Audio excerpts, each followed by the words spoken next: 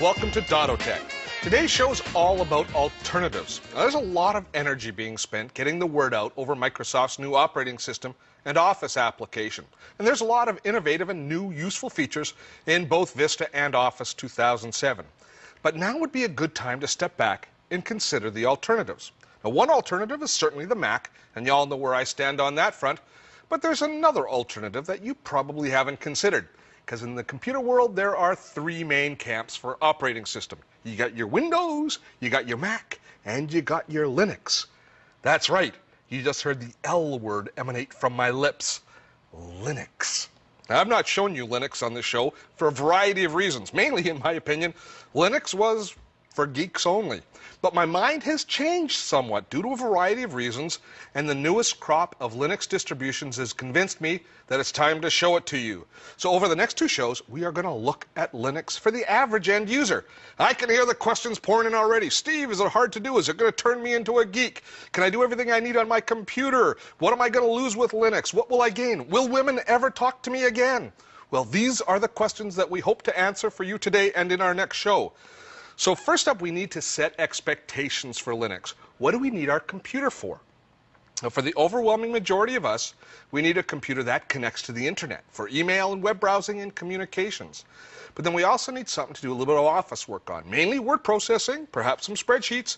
Then we need calendar and address books, and we need a place that we can store, edit, and share our digital photos and music. Now, for most of us, that should pretty much cover our computer needs. Well, we're going to take a look at all of these tasks in Linux. Now, one of the most confusing aspects of Linux for the average person are the different Linux distributions that are available. A distribution is a bundle that includes Linux, which is the operating system itself, a desktop environment that rides over top of that, and then some applications. It's really no different than the Windows and Mac world, except there are more choices or versions available, especially in the user interface or the desktop area within Linux. Now, some of these Linux desktops emulate the Mac environment. Others feel more like Windows, and others are off in some weird place of all on their own. Now, there are dozens of companies that build different distributions of Linux for us to use. Now, these distributions or versions are designed for different groups of people. Now, some are for personal use on desktop or notebook computers, and other distributions are for server environments. Now, companies can't legally charge you for Linux itself because it has to be free, but they do charge you sometimes for documentation or support, and all of the companies would certainly appreciate it if you would send a little money their way to help support their effort. Today, we're going to look at two different distributions, Ubuntu and Mepis.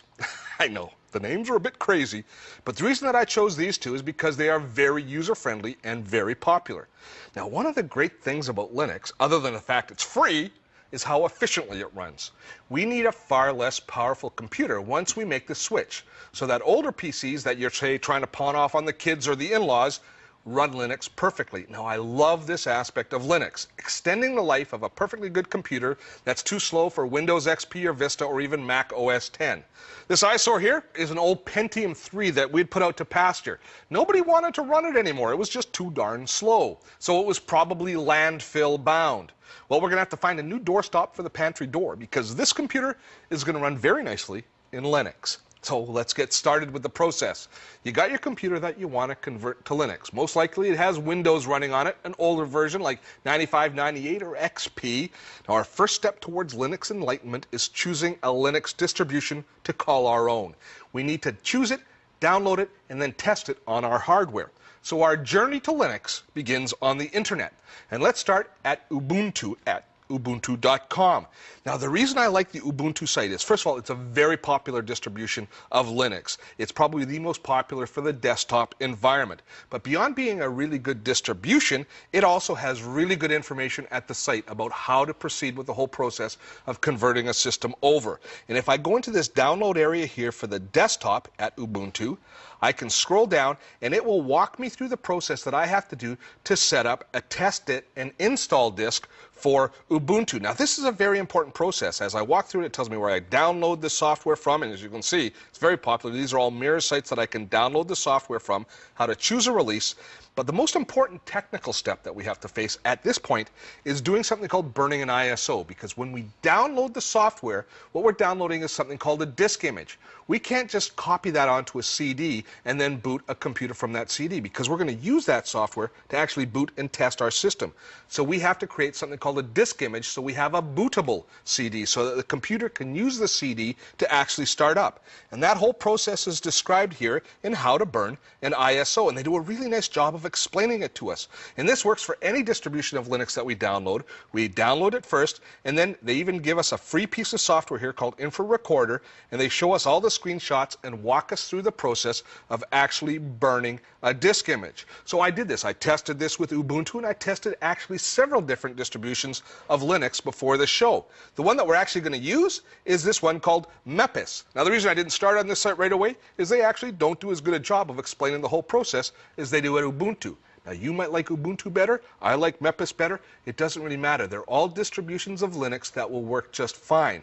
Once the image is burned, once we've got the CD all prepared, then we're going to be able to boot the computer in Linux for the first time, which we do to test it out. And we're going to do that in just a few minutes. All 26 episodes of Dotto Tech Season 3 are available to borrow at participating libraries. Check our website for details.